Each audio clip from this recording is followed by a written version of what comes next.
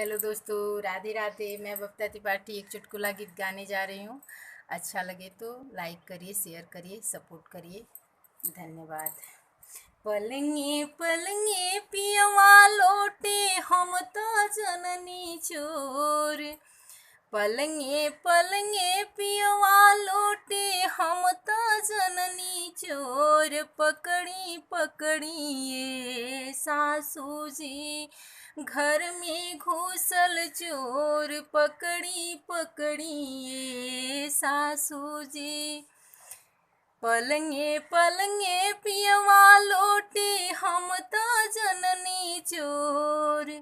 पलंगे पलंगे पियवा लोटे, हम तो जननी चोर। पकड़ी पकड़ी ये सासू जी, घर में घुसल चोर। पकड़ी पकड़ी ये सासू जी।